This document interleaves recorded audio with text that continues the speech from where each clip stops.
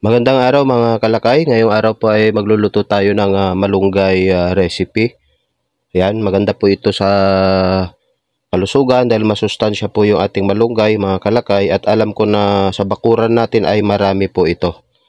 Yan, bali ang unang gagawin po natin sa ating dahon ng malunggay na nahimay kanina mga kalakay ay hihiwain lang po natin yung ating dahon ng malunggay.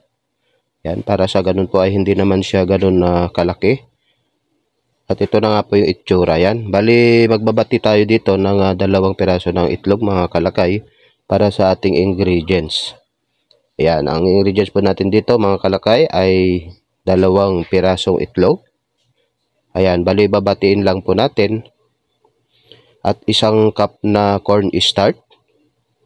Yan. Bali, imimix lang po natin sa ating binating itlog. Tapos meron tayo dito garlic powder. At saka yung black pepper powder. At maglalagay din po tayo dito ng asin mga kalakay. At stir lang po natin at batiin natin mga kalakay para maghalo yung ating mga ingredients. Ayan. Pag okay na mga kalakay, bali ihalo po natin yung ating malunggay kanina. Yan, bali ganyan na po itsura niya kasi hinugasan po natin yung ating malunggay. Yan, bali ihalo lang po natin mga kalakay. Napakasimple lang po itong lutuin mga kalakay at alam kong masustansya to sa ating katawan. Ayan, bali hindi pinapansin ng iba itong recipe natin mga kalakay. Pero hindi nila alam na napakasustansya ang malunggay. Yan, bali mag-add lang ako dito ng tubig mga kalakay. Okay, ready na po tayo sa ating pagpiprito. Bali magpainit lang po tayo ng pan dito at maglalagay tayo ng cooking oil. Yan, test muna natin 1 piraso muna mga kalakay. At napansin ko medyo madami yung aking paglagay. So, second try po tayo. Medyo kauntihan natin yung ating ilalagay. Yan, para mas manipis po yung ating niluluto. At ito na nga mga kalakay.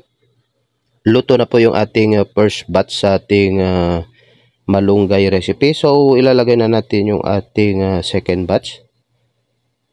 Okay, same process lang po. Ipiprito lang po natin ito. Pag okay na yung kabilang side nito, so ang gagawin natin ay babaliktarin lang po natin. Okay?